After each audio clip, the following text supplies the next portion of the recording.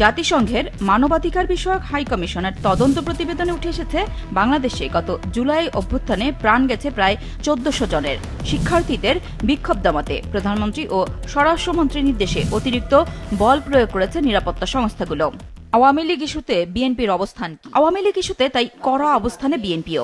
মাছরাঙা টেলিভিশনকে দেয়া একান্ত সাক্ষাৎকারে দলটির মহাসচিব বলেন, এর উপযুক্ত বিচার চান তারা।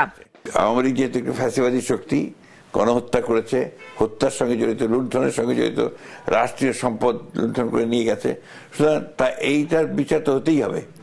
এটা আপনার প্রত্যেকটা ব্যক্তির বিচার হতে হবে। বিচার হলে সামনে আওয়ামী লীগের রাজনৈতিক ভবিষ্যৎ কি? বিএনপি কি নির্বাচনে আওয়ামী লীগকে দেখতে চায়? তারা দল হিসেবে যোগ দিতে পারবে কি পারবে না, এটা আপনার সিদ্ধান্ত নেবে জনগণ। তবে বিএনপি মহাসচিবের এই অবস্থানের জন্য বিভিন্ন মহল থেকে বেশ সমালোচনাও শুনতে হচ্ছে। এ নিয়েও কথা বলেন মির্জা ফখরুল।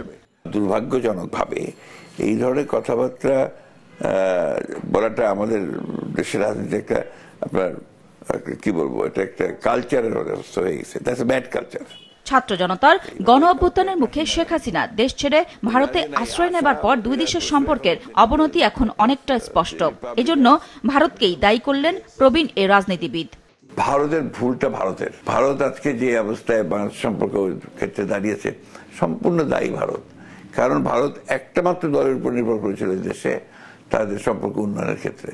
আমরা বারবার তাদেরকে বলেছি যে একটা দলের উপর নির্ভর করে লাভ হবে না, তোমাকে এখানে জনগণের সঙ্গে সম্পর্ক তৈরি করতে হবে, তাহলেই ভারতের সম্পর্কটা ভালো হবে। কিছু সমস্যা তো আছে, সেই সমস্যাগুলো অত্যন্ত জটিল সমস্যা না, এগুলো একটু আলোচনা করলে সমাধান করা সম্ভব। এবং সেটা বাংলাদেশের জীবন মরণের সমস্যা। ৫৪টা অবনী নদীর পানি বাংলাদেশে আসে, সেখানে বাঁধ দিয়ে বিভিন্ন বাধা সৃষ্টি করে সেই পানিকে নিয়ন্ত্রণ করে ভারত।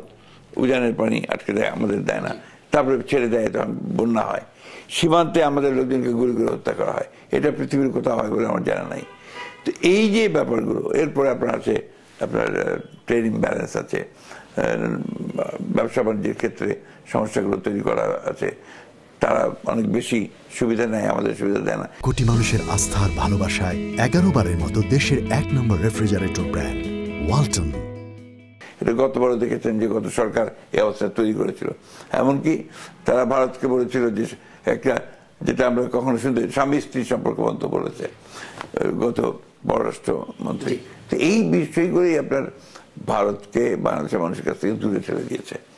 আর দায়িত্বটা ভারতের যে বাংলাদেশের মানুষের সঙ্গে সম্পর্ক তৈরি করা। মির্জা ফখরুল আশা প্রকাশ করেন যে ভারত সরকার শেখ হাসিনাকে বাংলাদেশ সরকারের হাতে ফেরত দেবে। শেখ হাসিনাকে সেখানে আশ্রয় দেওয়া, আওয়ামী লীগের নেতাদেরকে সেখানে আশ্রয় দেওয়া, যারা এগুলো হত্যা করে তাদেরকে আশ্রয় দেওয়া, এটা তো সুসম্পর্ক তৈরি করছে না।